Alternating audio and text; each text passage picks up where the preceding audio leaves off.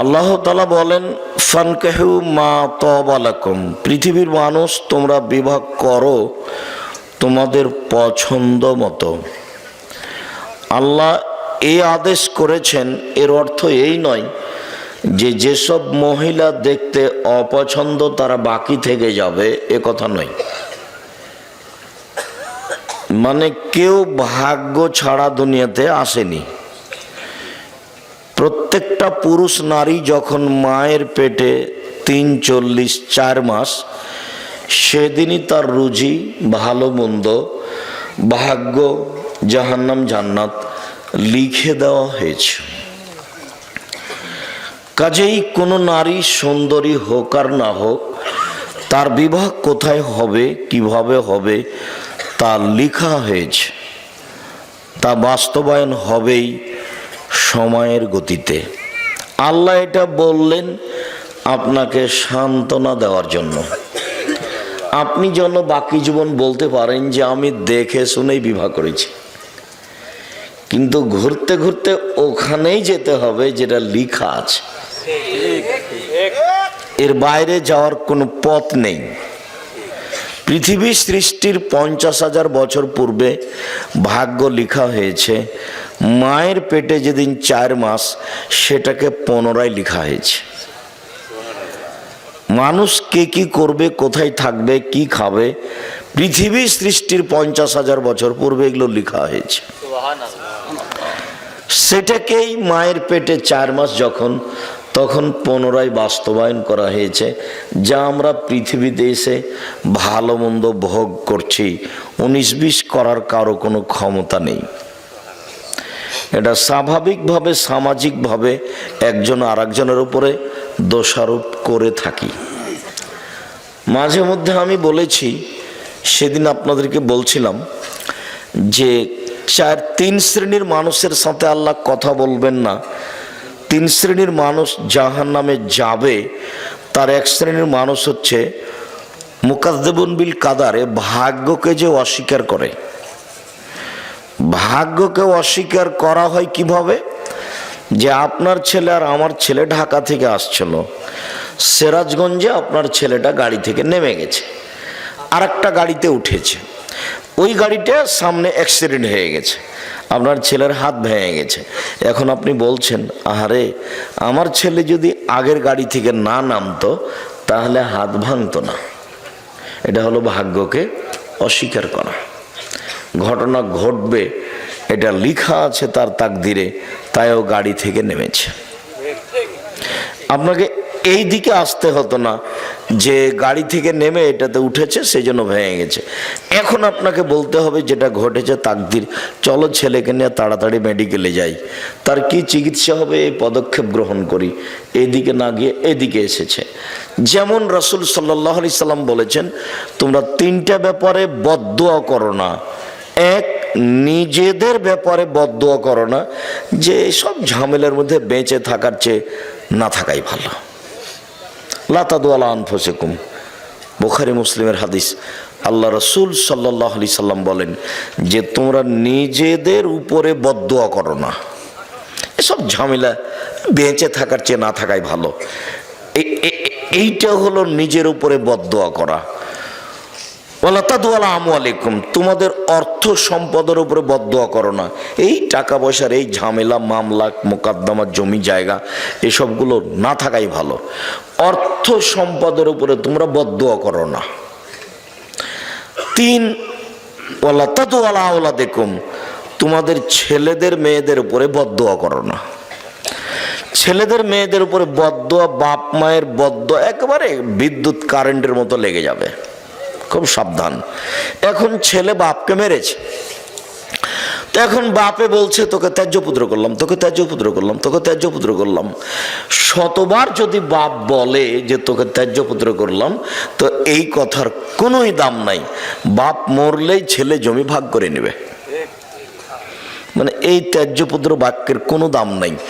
ছেলে যখন বাপকে মেরেছে তখন বাপের উচিত ছিল তাড়াহুড়া করে সুন্দর করে ওযু করে ঘরে ঢুকে সময়ের উপরে 2 রাকাত সালাত আদায় করে কিবলার দিকে মুখ করে হাত উঠিয়ে প্রার্থনা করে বলার দরকার ছিল যে আমি এই জন্য ছেলে তোমার কাছে নিনি, তুমি আমাকে ছেলে ফিরিয়ে দাও। ছেলে আমাকে মারবে কেন? ছেলে আমাকে সম্মান করবে।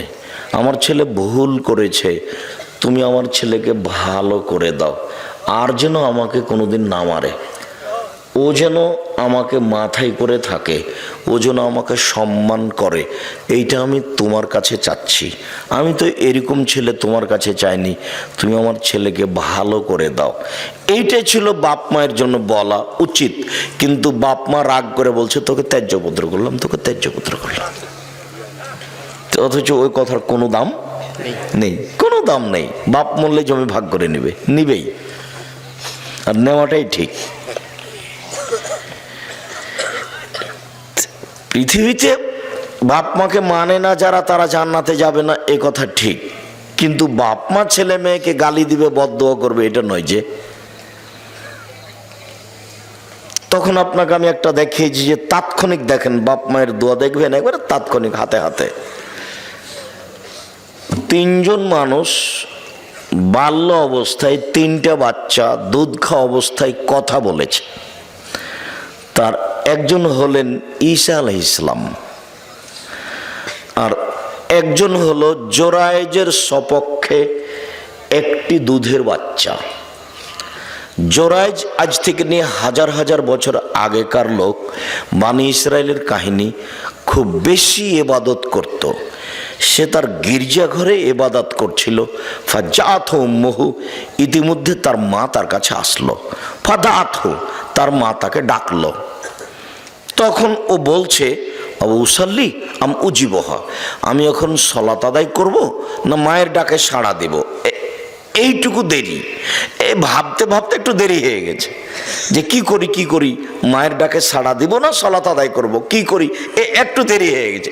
একটু দেরি হতেই মা খেপে গিয়ে বলছেন আল্লাহুম্মা লা তুমি তাতুরিয়াহু জুহাল মুমেশাত, আল্লাহ তুমি এই ছেলের মরণ দিও না পতিতালয়ের মহিলার মুখ দেখা পর্যন্ত।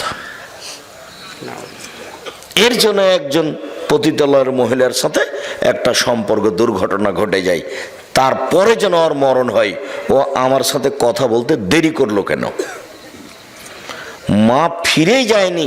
ফাজাত ইমরাতুন ফাদাত, হঠাৎ একটা মহিলা এসে তাকে বলছে তুমি আমার সাথে জেনায় লিপ্ত হও। ফাআবা, জোরায়েজ অস্বীকার করলেন। ছি ছি ছি ছি ছি ছি, বলো কি তুমি? ফাআতাতির রাইয়া, তখন ওই মহিলা একটা রাখালের কাছে আসলো। ফাম কানাথু, মহিলা রাখালকে চেপে ধরলো, জেনা করলো। ফাদাত গোলামান, এতে একটা বাচ্চা জন্ম নিল।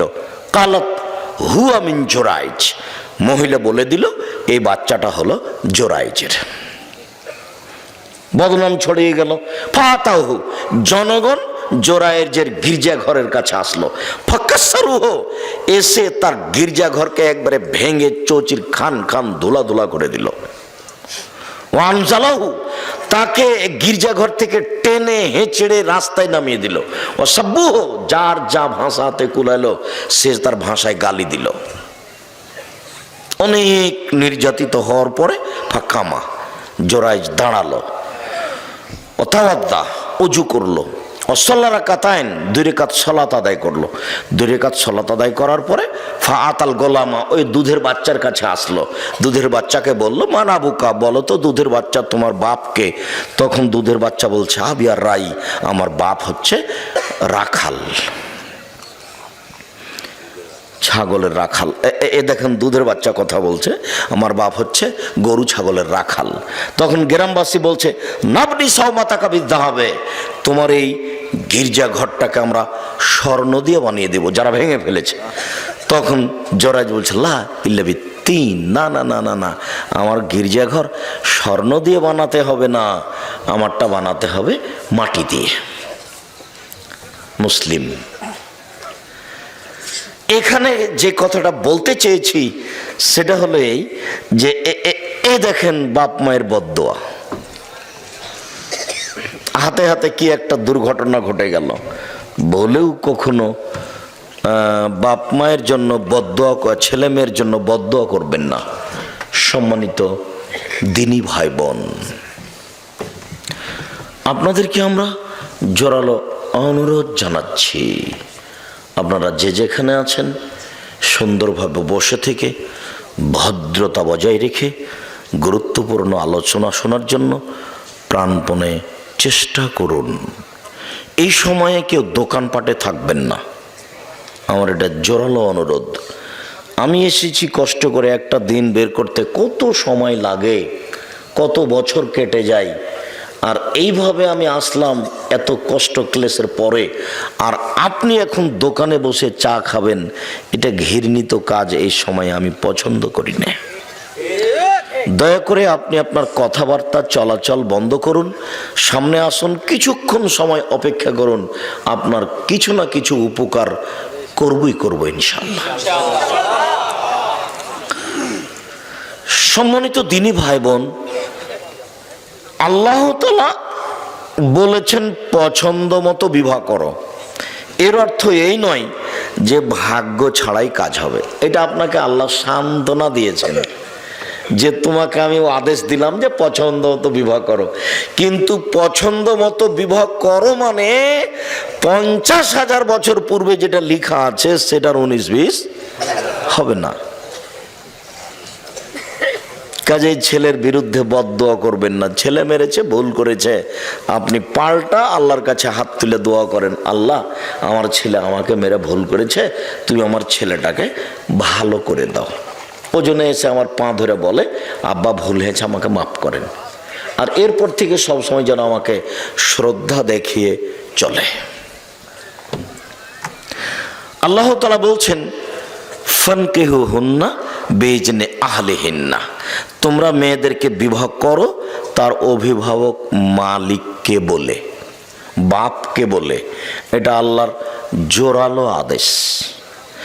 এই আয়াতের ভিত্তিতে আমাদের নবী মুহাম্মদ সাল্লাল্লাহু আলাইহি সাল্লাম বলেছেন আইয়ু ইমরাতিন নাকাহাত বেগাইরে ইজনে ওয়ালিহা, যে কোনো মেয়ে যদি বাপের অনুমতি ছাড়া বিবাহ বসে ফানিকাহুহা বাতিল, ফানিকাহুহা বাতিল, ফানিকাহুহা বাতিল, ওই বিবাহ বাতিল, ওই বিবাহ বাতিল, ওই বিবাহ বাতিল, কোর্টের বিবাহ বাতিল।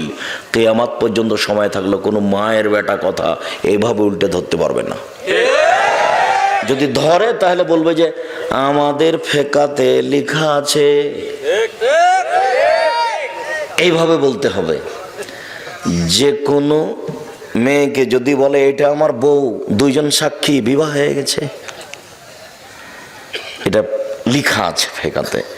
কিন্তু আল্লাহর নবী মুহাম্মদ সাল্লাল্লাহু আলাইহি সাল্লাম বলেছেন বাপকে না বলে যদি বিবাহ করে তাহলে সে বিবাহ বাতিল, সে বিবাহ বাতিল, সে বিবাহ বাতিল। কথাটি আল্লাহর নবী 3 বার বলেছেন জোর দিয়ে, তবুও হুজুর বলছেন যে চলবে। কি করবেন, করেন, কিছু করার আছে? কোনো পথ নেই। যদি আপনার মেয়ে 7 ছেলের মা হয় তবু ওই বিবাহ হয়নি, আবার বিবাহ পড়াতেই হবে। কোনো পথ নাই, যেহেতু বিবাহ বাতিল। শুধু তাই নয়, রাসূল সাল্লাল্লাহু আলাইহি সাল্লাম বলছেন লা তুজাব্বিজুল মারাতু আল মারাতা, একজন মহিলা আর একজন মহিলার বিবাহ দিতে পারে না, নিজে বিবাহ বসতে পারে না, বিবাহ দিতে পারে না। ফুফুতে বলছে ভাতিজিকে, ভাইয়ের মেয়েকে যে তোর আব্বা তো অমুক ছেলের সাথে বিবাহ দিবে না, তুই চলে আয় আমার বাসায়, আমি বিবাহ দিয়ে দিচ্ছি। ওর ফুফু কখন কখন পুরুষ মানুষ হয়ে গেছে, খালাতে বলছে এই কথা যে তোর বাপ তো বিবাহ দিবে না, তুই আমার বাড়ি চলে আয়, আমি বিবাহ দিয়ে দিচ্ছি। খালা এখন দায়িত্বশীল হয়ে বিবাহ দিয়ে দিচ্ছে বোনের মেয়ের। কত সাহস খালার! কথাটা ওইরকমই হয়ে গেল যে ওই যে মাঝে মধ্যে আপনাদের সামনে বলতে থাকি যে ঢাকা হাজি ক্যাম্পে পৌঁছিলাম, তখন দেখছি একজন মাওলানা সাহেব অনেক বড় পাগড়ি মাথায় বেঁধে বলছেন আপনারা বলেন লব্বাইক আল্লাহুম্মা লব্বাইক, লব্বাইক লা শারীকা লাক লব্বাইক, ইন্নাল হামদা ওয়া নি'মাতা লাকা ওয়াল মুলক লা শারীকা লাক। আল্লাহ তোমার দরবারে উপস্থিত, আমি তোমার দরবারে উপস্থিত, প্রশংসা তোমার, অনুগ্রহ তোমার, রাজত্ব তোমার, কোনো শরীক নাই তোমার। এই দোয়া পড়াচ্ছে। তা আমি বলছি ইমাম সাহেব এইটা এখানে বলাচ্ছেন কেন? এটা তো ইয়ালামলামে বলতে হবে। বিমান জিদ্দায় নামার 15-20 মিনিট পূর্বে বৈমানিকের পক্ষ থেকে বলা হবে আপনারা এহরাম বাঁধুন, তালবিয়া পড়ুন। তখন আপনার মুসাইল লোকেরা বলবে লাব্বাইক উমরাতান, আমি উমরার জন্য উপস্থিত। লাব্বাইক আল্লাহু লাব্বাইক, লাব্বাইক লা শারিকা লাক, লাব্বাইক ইন্নাল হামদা ওয়া নি'মাতা লাকা ওয়াল মুলক লা শারিকা লাক। তো আপনি এখানে বলছেন যে, তখন আমাকে বলছে যে বাড়ি থেকে বললে হবে যে মোহাম্মদ সাল্লাল্লাহু আলাইহি সাল্লাম বলেছেন ইয়ালামলাম, মোহাম্মদ সাল্লাল্লাহু আলাইহি সাল্লাম মানতে হবে, ঠেকা বাঁধেছে, আমি মানুষ নয়, আমারটাও চলে। তো বাড়ি থেকে বলছে চলে, তো যার যেখানে মন সে সেখানে বলুক যে চলবে, যেহেতু মোহাম্মদ সাল্লাল্লাহু আলাইহি সাল্লাম দিয়ে কাজ হলো না, সবারটাই যখন চলবে তো ঠিকই আছে, যার যেখানে প্রয়োজন হবে সে সেখানে এহরাম বাঁধবে। মোহাম্মদ সাল্লাল্লাহু আলাইহি সাল্লাম দিয়ে তার হলো না, তো ঠিকই মোহাম্মদ সাল্লাল্লাহু আলাইহি সাল্লাম নাকচ করে দিয়েছেন যে বাপ ছাড়া বিবাহ হবে না। এখন খালা বলছে যে ওটা মোহাম্মদ সাল্লাল্লাহু আলাইহি সাল্লাম বলেছেন, আমি তো খালা, আমি পারবো না, খালা বিবাহ দিয়েছে। আল্লাহ বলছেন যে মেয়ের অভিভাবককে বলে বিবাহ করো। তারপরের বাক্যে বলছেন অতহুন্না উজুরাহুন্না বিল মারুফ, ভালোভাবে মোহরটা দিয়ে দাও, বাকি মোহরে বিবাহ জায়েজ, কিন্তু মোহর দেওয়া লাগবে না এটা কোথায়? মরার সময় বলছে যে 10 কাঠা জমি তোমাকে দিয়ে দিলাম, এগুলো নয়। মোহর নগদ দেন আর 10 দিন পরে দেন, তাড়াতাড়ি দেন। যদি এবার আপনাদের বলছি, এই ছেলেরা শোনো, তোমার বাপ যদি মোহর না দিয়ে মারা যায় তাহলে তোমার বাপের পক্ষ থেকে তোমাকে তোমার মাকে মোহর দিতে হবে। এটা তোমার বাপের ঋণ কর্জ বাকি থেকে গেছে। তোমরা যদি তোমার বাপের মোহর তোমার মাকে না দাও তাহলে বিচারের মাঠে তোমার মা তোমার বাপের নেকি নিয়ে নেবে, কোনো পথ নাই। বিচারের মাঠে তখন তো আর বাপ তোমার টাকা পাবে না। তোমার বাপ বিচারের মাঠে টাকা পাবে? টাকা পাবে না। তোমার মার হাত ধরে ক্ষমা নিলে হবে? ওখানে বিচারের মাঠে হাত ধরে ক্ষমা চলে না। তাহলে কিভাবে বিচার হবে? বিচার হলো নেকি দিয়ে বোঝাতে হবে যে নেকি যে নেই, তো বলছে ওই পরিমাণ পাপ নিয়ে নিতে হবে। বিচার এইভাবেই রাসূল সাল্লাল্লাহু আলাইহি ওয়াসাল্লাম সমাধা করে দিয়ে গেছেন যে বিচারের মাঠের বিচার এইভাবে হবে। আপনাকে আমি একটা থাপ্পড় মেরেছি, রিক্সাওয়ালা আপনি, তো এখন বিচারের মাঠে আপনার তো আমি হাত ধরে ক্ষমা নিনি, এখন কিয়ামতের মাঠে উপস্থিত, তো রিক্সাওয়ালা বলছে আমাকে থাপ্পড় মেরেছে, এখন আমি কি দিয়ে পরিশোধ করব? এখন তো আর বলতে পারছি না রিক্সাওয়ালাকে ভাই আমার ভুল হয়েছে তুমি মাফ করো, এটাও তো চলে না। কি করতে হবে? এখন রিক্সাওয়ালা আমার নেকি নিয়ে নিবে, তা আমার নেকি নেই, তো রিক্সাওয়ালার কিছু পাপ আছে, তো ওই নেকি পরিমাণ পাপ ওরটা আমি নিয়ে নিব। এটা হলো বিচার। হাদিস বুখারী মুসলিম। মোহর দিতে বাধ্য, যদি শেষ পর্যন্ত তুমিও না দাও তোমার বাপের মোহর, তাহলে বিচারের মাঠে তোমার মা তোমার বাপের নেকি নিয়ে নেবে।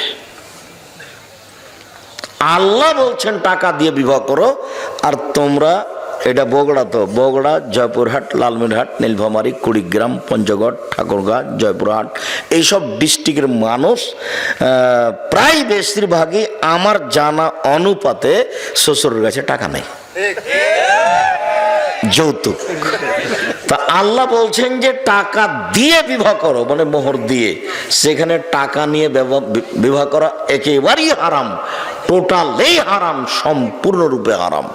যে বাক্যটা আপনার খুব ভালোভাবে জানা আছে যে আব্দুর রাজ্জাক সাহেব বলেছেন ভিক্ষা করা টাকা দিয়ে চাউল কিনে ভাত খেয়ে ইবাদত কবুল হবে, কিন্তু যৌতুকের টাকা দিয়ে শ্বশুরের কাছ থেকে টাকা নিয়ে ওই টাকা দিয়ে চাউল কিনে ভাত খেয়ে ইবাদত কবুল হবে না। এই ফতোয়া উল্টিয়ে ধরার কোনো পথ নেই, এভাবেই থাকবে কিয়ামত পর্যন্ত। শ্বশুরের কাছে টাকা নেওয়ার কোনো পথ নেই। আর কোরআন হাদিস চিন্তা ভাবনা করে বুঝা যায় না যে বিবাহতে মেয়ের বাপের 2-1 টাকা খরচ হবে, এটা বোঝা যায় না। 2-1 টাকা খরচের কোনো পথ দেখা যায় না। তো আমরা আজকে প্রথম অংশের আলোচনা তেমন নয়, এতটুক যে বিবাহ করো, মেয়ের বাপ গার্জেনকে বলে কোর্টের বিবাহ বাতিল। তারপরে কোর্টে যদি বিবাহ হয় তাহলে বিবাহ আরেকদিন তার বাপের উপস্থিতিতে দুইজন সাক্ষী দিয়ে বিবাহ পড়াতেই হবে, কোনো পথ নেই। সবাই মিলে মেয়ে দেখতে যাওয়া নাজায়েজ, হারাম। বিবাহ নির্ধারণ হওয়ার পরে থোবড়া বা মেয়েদের গীত গাওয়া বা হলুদ মাখা জায়েজ, তবে এইভাবে নয়। আর হলুদ মাখার কোনো বিধান কোরআন হাদিসে নেই, তো হলুদ মাখা হারামও নয়। হলুদ মাখতে পারে কেউ, কিন্তু হলুদ তার ভাবেই মাখাবে এটা হতে পারে না, তাহলে বিবাহের সূচনাতেই জেনা। হলুদ তার খালাতো বোন, মামাতো বোন, চাচাতো বোন মাখাবে, তাহলে বিবাহের সূচনাতেই জেনা।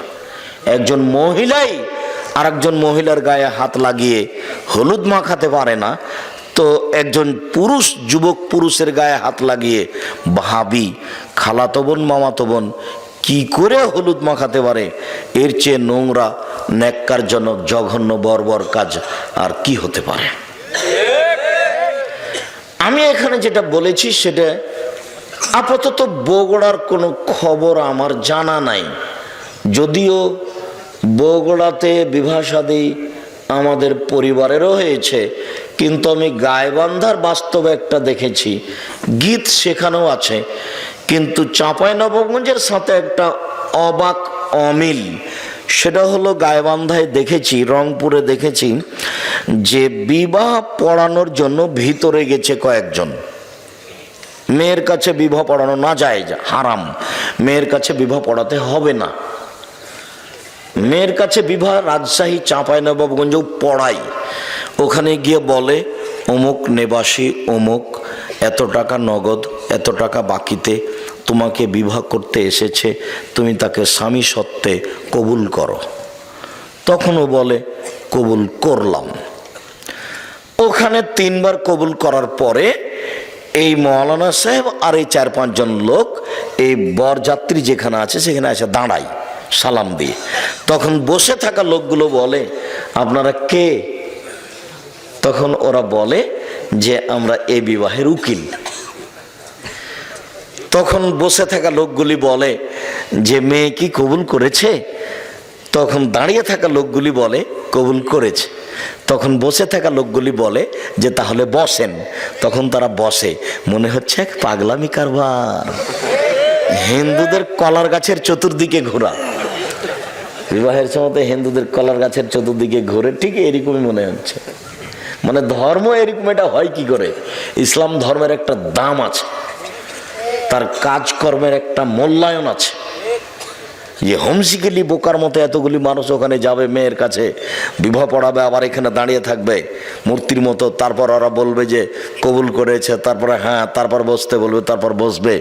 এসব নোংরা কাজ ইসলামে হতে পারে না।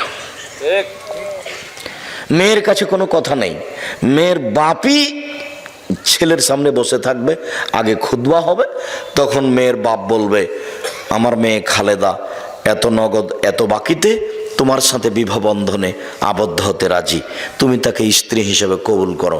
তখনও বলবে কবুল করলাম, বা কাবিল তো, বুখারী মুসলিমের হাদিসে এসেছে, বলবে কাবিল তো, এটা আরবি শব্দ, মানে আমি গ্রহণ করলাম, কবুল করলাম। গুরুত্বপূর্ণ কথা হিসাবে 3 বার বলা যায়। আল্লাহ রাসূল সাল্লাল্লাহু আলাইহি ওয়াসাল্লাম গুরুত্বপূর্ণ কথা 3 বার বলতেন। বিবাহটা 3 বারই পড়াতে হবে এই কথা নয়, 1 বার বললেও হবে, কিন্তু গুরুত্বপূর্ণ কথা হিসাবে 3 বার বলা যায়। যখন কথাটা শেষ হয়ে যাবে তখন উপস্থিত বৈঠকের লোকেরা বা ইমাম সাহেব বা মেয়ের বাপ বলবেন বারাকাল্লাহু লাকা ওয়া আলাইকা ওয়া জামা বাইনাকুমা ফি খাইরিন। আল্লাহ তোমাকে বরকত দান করুক, তোমাদের দুইজনকে বরকত দান করুক, তোমাদের মাঝে তোমাদের দুইজনকে আল্লাহ কল্যাণের উপরে একত্রিত করুক, তোমাদের দাম্পত্য জীবন সুখী হোক। এইটা হলো দোয়া বিবাহের বৈঠক শেষে। কিন্তু হুজুরের না জানার কারণে হুজুর এখন একটা লম্বা দোয়া মেরে দেবে। তারপরে যে বিবাহ পড়াতে এসেছে ও নিবে কিছু টাকা, যে লিখতে এসেছে ও নিবে কিছু টাকা। সবারটাই হচ্ছে মুহাম্মদ সাল্লাল্লাহু আলাইহি সাল্লামেরটা কেউ করে না, একটু ওটার সাথে কারো সম্পর্ক নাই, ওভাবে সাড়া দিতে হবে না। যেহেতু আমি ওভাবে সাড়া পছন্দ করি না, আপনারা এক খেয়ালে চেয়ে থাকেন, আমার কথাটা ধরে রাখেন, আমি খুশি হব আলহামদুলিল্লাহ। আমল করা তো আর সবার হাতে নয়, সবাই তো আমল করবে না, উপর থেকে যেটা ফায়সালা হবে সেটা। তবে আপনারা চেষ্টা করেন আমল করার, জোর করে কেউ কিছু করতে পারবে না। আল্লাহর নবীর চাচা আবু তালেবের মরণের সময় চলে এসেছে, তা আল্লাহর নবীও ঢুকেছেন ওখানে, আরো মুশরিকরা ওখানে আছে 2-3 জন। তখন আল্লাহর নবী বলছেন, চাচা আপনি লা ইলাহা ইল্লাল্লাহ বলেন, বাকিটুকু আমি দেখে নেব। লা ইলাহা ইল্লাল্লাহ শুধু এই বাক্যর কিন্তু অনেক দাম। লা ইলাহা ইল্লাল্লাহ মুহাম্মদ রাসূলুল্লাহ এখানে যোগ হবে না। একটু আগে যে আপনারা বললেন শেষ বাক্যে যে আপনারা বলুন লা ইলাহা ইল্লাল্লাহ, শেষে যোগ হয়ে গেছে মুহাম্মদ রাসূলুল্লাহ, ওই অংশ জিকিরে যোগ হবে না। এমনি তো সবাকে নিয়ে জোরে জিকির করাই না জায়েজ, জোরে জিকির করার প্রমাণের কোনো পথ নেই। তো সবাই যে দেখছি যে মোবাইলে দেখছি খালি চিল্লাচিল্লি করে জিকির করে লাফ দিয়ে বাঁশের উপরে উঠে যাচ্ছে। এখন করছে তো কি করবেন, এখন তো আমাদের তো কিছু করার নেই। সাহাবী রাসূলের সামনে একটু খালি জোর করে বলেছেন সুবহানাল্লাহ, আলহামদুলিল্লাহ, আল্লাহু আকবার। তখন আল্লাহ রাসূল বলছেন, আই ইরবা আলা আনফুসিকুম, চুপে চুপে জিকির করো। ইন্নাকুম লা তাদুনা আসামাল্লাহ গায়েব, তোমরা যাকে ডাকছো ও বধির নয়, তোমরা যাকে ডাকছো ও অন্ধ নয়। ইন্নাকুম তাদুনা সামিয়াম বাসীরা, তোমরা যাকে ডাকছো সব কিছু শোনে, তোমরা যাকে ডাকছো সব কিছু দেখে। অতএব চিল্লাচিল্লি কেন, চিল্লাচিল্লি কেন? চিল্লাচিল্লির একটা করতে গিয়ে এহরাম বেঁধে জিকির করা, সেইটা জোরে অনুমতি দিয়েছে। ওখানে আল্লাহ নবী বলছেন, ফাতানি জিবরাইল, এখনই জিবরাইল আমার কাছে আসলেন, ও আমারানি, জিবরাইল আমাকে আদেশ করলেন যে আনামরাকুম, আমি তোমাদেরকে বলে দিব, আনতার ফাসাতকুম, তোমরা একবারে চিল্লিয়ে বলবে বিল ইহরামে আর তালবিয়া, ইহরাম বাঁধা শব্দটা আর তালবিয়া পড়া শব্দটা একবারে চিল্লা চিল্লি করে বলবে। লাব্বাইক উমরাতান, আমি উমরার জন্য উপস্থিত। লাব্বাইক আল্লাহুম্মা লাব্বাইক, লাব্বাইক লা শারীকা লাক, লাব্বাইক ইন্নাল হামদা ওয়ান নি'মাতা লাক ওয়াল মুলক লা শারীকা লাক, লাব্বাইক আল্লাহুম্মা লাব্বাইক, লাব্বাইক লা শারীকা লাক, লাব্বাইক ইন্নাল হামদা ওয়ান নি'মাতা লাক ওয়াল মুলক লা শারীকা লাক। একবারে সৌদি আরব পাহাড় ফাটিয়ে দিতে হবে, চিল্লে বলতে হবে। এ কথা জিবরাইল বলছেন, এসে আমাদের নবীকে, আমাদের নবী সবাইকে বলছেন। আর এখানে সাহাবীগণ একটু জোরে জিকির করেছে, তখন এবারে ধমকে থাক, তোমরা যাকে ডাকছো কি বধির নাকি, তোমরা যাকে ডাকছো কি অন্ধ নাকি, এভাবে চিৎকার করছো কেন? সেই জায়গারা এভাবে বলে নিচ্ছে, কিছু করার আছে? কেউ তো দেখে না যে আসলে ধর্ম কি। যেহেতু না দেখেও চলছে, প্রয়োজন তো নেই। কঠোরভাবে যদি আপনারা ধরতেন তাহলে এখানে হতো, তা আপনাদের তো জিম্মেদারি আগে।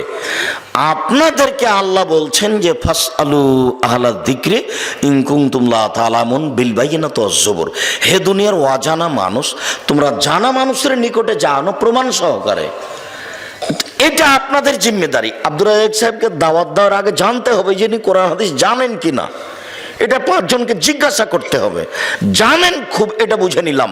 তারপরে যেটুকু বলেছেন সেটুকু প্রমাণ ছাড়াই কি বললেন, এটুকু দেখতে হবে। প্রমাণ ছাড়া ধর্মে কোনো কথা চলে না। ইসলাম ধর্ম এমন একটা ধর্ম যে নগদ, বাকি কিছু নেই, গোপন দিয়ে কিছু চলে না। নগদ 30 পারা কোরআন, 90 পারা নয়, 60 পারা নয়, কিছুই না, এবারে নগদ, একবারে সব নগদ, কোনো জায়গা বাকি নেই। এমন কোন ফতোয়া নেই ধর্মে যেটা কোরআন এবং সহিহ হাদিস অনুপাতে দেওয়া যাবে না। আমি একটা বক্তব্যে কুষ্টিয়াতে বলেছিলাম যে আমি দীর্ঘ সময় ধরে কলমে ফতোয়া লিখছি। আমি নিজে কলমে ফতোয়া লিখি প্রায় 20 বছর থেকে। এই ঘটনা অনুমান 10 বছর আগে হতে পারে। তাই আমি বলেছিলাম যে কোনো ফতোয়া কোরআন এবং সহিহ হাদিস দিয়ে দেওয়া যাবে, কোনো ইজমা কিয়াসের আশ্রয় না নিয়েই চলবে। এ কথা যখন বললাম তখন লাফ দিয়ে একটা সামনে থেকে লোক দাঁড়িয়ে বলল যে আপনি ফতোয়া দেন তো দেখি। 2টা মেয়ে একসাথে জমা ধরে আছে, 2টাই মেয়ে, পূর্ণ যুবতী, দেখতে সুন্দরী, পেশাব পায়খানা একসাথে হয়, অঙ্গ প্রত্যঙ্গ ভিন্ন ভিন্ন, কিন্তু গাটা গায়ের সাথে লাদানা লালেহার লাদানের মতো। মনে পড়ে কি আপনাদের? এইরকম দুইটা মেয়ে। তো এখন এদের বিবাহের সময় এসেছে, বলেন বিবাহ কিভাবে দিতে হবে? ও আমাকে আটকাচ্ছে। কথা বুঝতে পারলেন না? তখন আমি বললাম যে আপনার জিজ্ঞাসাটাতে আমার একটা কথা মনে পড়ে গেল।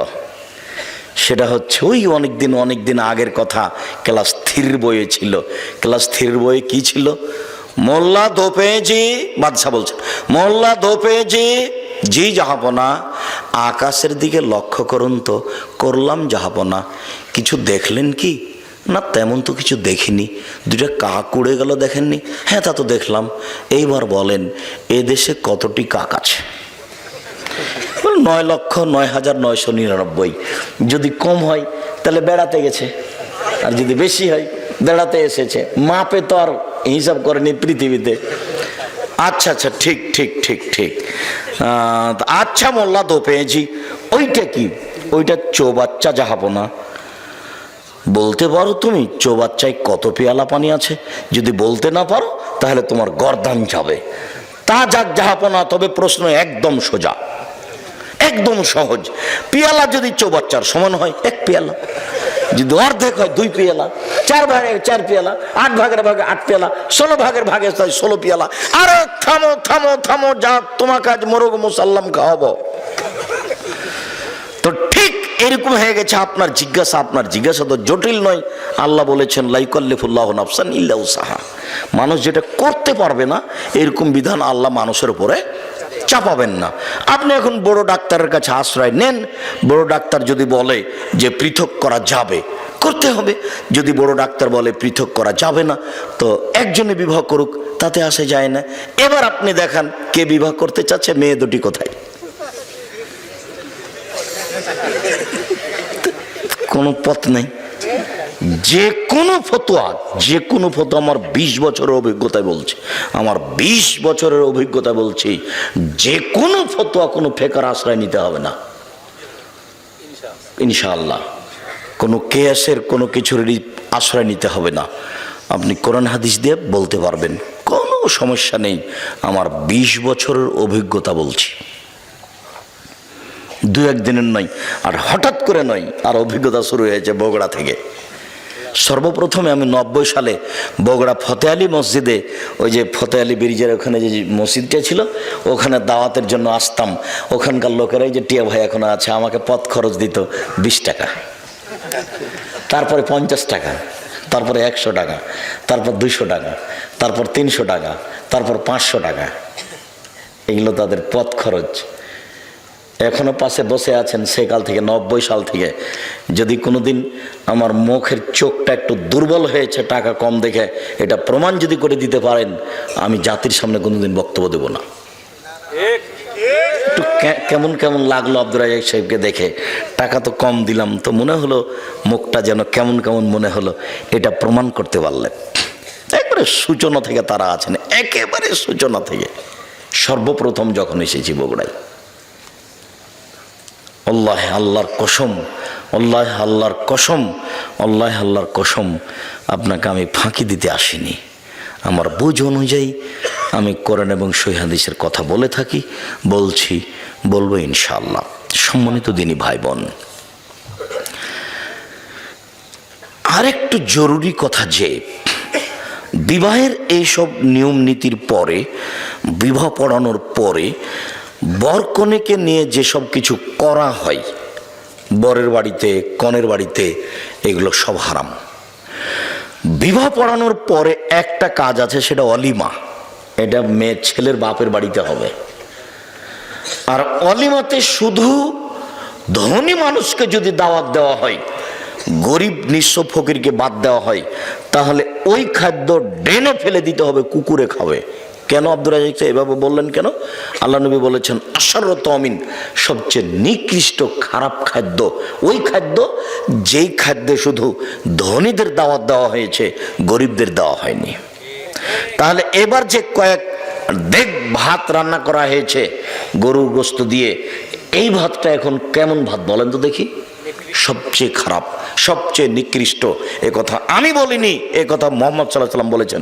দেখকে একবার উল্টিয়ে ফেলে দিতে হবে ট্রেনে, কুকুরে খাবে ভাত, মানুষ খাবে না। কেন? এতে কাকে দাওয়াত দেওয়া হয়েছে? শুধু চিনে চিনে ধনীকে দাওয়াত দেওয়া হয়েছে। অতএব এ খাদ্য হারাম, এ কথা আমি বলিনি, এ কথা মুহাম্মদ সাল্লাল্লাহু আলাইহি সাল্লাম বলেছেন। আর দুয়াটার ওখানে আছে বরকত। বরকনের ভিতরে বরকত কি আছে? বরকতের কথাটা আপনাকে মাঝে মধ্যেই বলে থাকি। এই জন্যই বলে থাকি যে আপনার স্ত্রী, আপনার মা দুইজনই সংসার পরিচালনা বুঝে না। ভাতে চাউল দিতে গিয়ে দুইটা চাউল পড়ে গেছে, সেটা তুলে যে পাতিলে দিতে হবে সেটা তার বিবেচনাতে নেই। বাড়ির বরকত বুঝে না। দেখেন তো, বরকত যেভাবে আল্লাহ রাসূল বলছেন, মানুষের মধ্যে বরকত আছে, টেবিলটার মধ্যে বরকত আছে, এই বোতলটার পানিটার মধ্যে বরকত আছে। কিভাবে এগুলো আব্দুর রাজাক সাহেব? টেবিলের বরকত বুঝতে পারলেন না? আজকে সন্ধ্যার সময় টেবিলটা করা হয়েছে, এমন এক জায়গাতে ঘরে রেখেছেন যে উপর থেকে বস্তা পড়ে টেবিলটা ভেঙে গেল, একদিনই শেষ। আর একটা টেবিল আপনাদের বাড়িতে আছে, আপনার দাদার করা, এখনো আছে। তার মানে ওই টেবিলটাতে বরকত আছে, এটাতে বরকত নেই। আল্লাহ রাসূলের সামনে যখন কোনো নতুন ফল দেওয়া হতো তখন তিনি বলতেন, আল্লাহুম্মা বারিক লানা ফি সামারিনা ওয়া সায়না ওয়া মুদ্দিনা ওয়া শাহরিনা। আল্লাহ তুমি আমাদের ফলে বরকত দাও, আমাদের শহরে বরকত দাও, আমাদের ওজনে বরকত দাও, আমাদের জিনিসপাতিতে বরকত দাও। রুজি ভিন্ন জিনিস, বরকত ভিন্ন জিনিস। রুজি ভিন্ন জিনিস, বরকত ভিন্ন জিনিস। খুতবা শেষে, বিবাহ পড়ানোর পরে প্রথম বাক্যটাই বললেন, আল্লাহুম্মা বারিক বারাকাল্লাহু লাকা ওয়া আলাইকুমা। আল্লাহ বরকত তোমাকে দেখ, তোমাদের দুইজনকে দেখ, আর তোমাদের দুইজনকে আল্লাহ কল্যাণের উপরে একাত্রিত করুক। ধর্মের সাথে কারো ভালো সম্পর্ক নেই, কেননা ধর্ম কেউ বুঝে না। যারা প্রচার করছে তারাও বুঝে না, যারা বলছে তারাও বুঝে না। এখানে যিনি, ওনার নাম কি, কাজী, কাজীর খাতাতে 4 জন সাক্ষী লাগবে। এই খাতা ফেলে দিতে হবে, এই খাতা চলবে না। বিবাহের জন্য 4 জন সাক্ষী লাগে না, কয়জন লাগে? 2 জন। এখানে আবার ভাগ করে নিয়েছে, মেয়ের পক্ষ থেকে 2 জন, ছেলের পক্ষ থেকে 2 জন। তার মানে সূচনাতেই গন্ডগোল। আল্লাহ নবী এ কথা বলেননি। আল্লাহ নবী মুহাম্মদ সাল্লাল্লাহু আলাইহি ওয়াসাল্লাম বলেছেন যে একটা বিবাহ জায়েজ হওয়ার জন্য কয়জন সাক্ষী লাগে? 2 জন। ও পুরুষের পক্ষে না মহিলার পক্ষে, এই কথা তিনি বলেননি। তিনি বলেছেন লা নিকাহ ইল্লা বি শাহিদাইনে, 2 জন সাক্ষী ছাড়া বিবাহ হয় না। ওয়ালা নিকাহ ইল্লা বি ওয়ালিন, অভিভাবক ছাড়া বিবাহ হয় না। 2 জন সাক্ষী ছাড়া বিবাহ হয় না, 1 জন অভিভাবক ছাড়া বিবাহ হয় না। উকিল বাপ হারাম। নোয়াখালী, কুমিল্লা, পটুয়াখালী, সিলেট, চট্টগ্রাম, ওইসব ডিস্ট্রিক্টে উকিল বাপই বাপ, ওর সাথে মরা পর্যন্ত জামাই মেয়ে সম্পর্ক রাখে। উকিল বাপকে ডেকে নিয়ে আসে, দাওয়াত খায়। যতদিন পর্যন্ত উকিল বাপ বেঁচে আছে ততদিন পর্যন্ত নিজের বাপের চেয়ে দামি মানুষ কে? উকিল বাপ। কথা বুঝতে পারলেন না মনে হয়? উকিল বাপ ধর্ম বাপ নয়। বিবাহের দিন যাকে উকিল করা হয় গার্জেন হিসেবে, জি, উকিল বাপই হারাম। বাপ বেঁচে থাকাকালীন উকিল বাপ চলবে না, বাপই তো উকিল। এটা আরবি শব্দ, যার হাতে বিবাহটা সমর্পণ করা হয়েছে। তো আল্লাহর নবী বলছেন যে বিবাহ সমর্পণ করা আছে বাপের হাতে। তো বাপকে বাদ দিয়ে জ্যাঠো কি করে এখানে উকিল হয়ে গেলেন? গ্রামের মলক কি করে উকিল হয়ে গেলেন? সেই উকিল বাপই চলছে। বাকি জীবন বাপ হিসাবে তাকে সম্মান করা, তাকে সময়ে কাপড় চোপড় দেওয়া, এইভাবে কত ডিস্ট্রিক্টে, বাংলাদেশে, ভারতে, পাকিস্তানে উকিল বাপ চলছে। উকিল বাপ হারাম। বিবাহে কোনো উকিল বাপ ঢুকতে পাবে না। বিবাহের পরে যেটা সেটা ওয়ালিমা। এরপরে ছেলে মেয়ে জন্ম নিল, তাদের ব্যাপারে চিন্তা ভাবনা। আমরা আপাতত প্রথম অংশ শেষ করলাম। এভাবেই 2-1টা টানা কথা বলে, আমি কথাতে যেহেতু বগুড়ার খবর জানা নেই, কাজে আমি চাঁপাইনবাবগঞ্জের ভাষার কথা বলে থাকি, চাঁপাইনবাবগঞ্জের গতির কথা বলে থাকি যে রাজশাহী চাঁপাইনবাবগঞ্জে বিবাহের শুরু থেকে এমন কোনো কাজ নাই যেটা জায়েজ। একটা কাজও জায়েজ নয়, সবই হারাম। ওইভাবেই বিবাহ চলছে। শুরু থেকে নিয়ে শেষ পর্যন্ত একটা কাজও জায়েজ নয় বিবাহের, সবই হারাম। এ এলাকা তো হতে পারে যে শুরু থেকে নিয়ে শেষ পর্যন্ত একটাও জায়েজ নয়, সবই হারাম। এইবার পারিবারিক জীবন, স্বামী স্ত্রী সংসার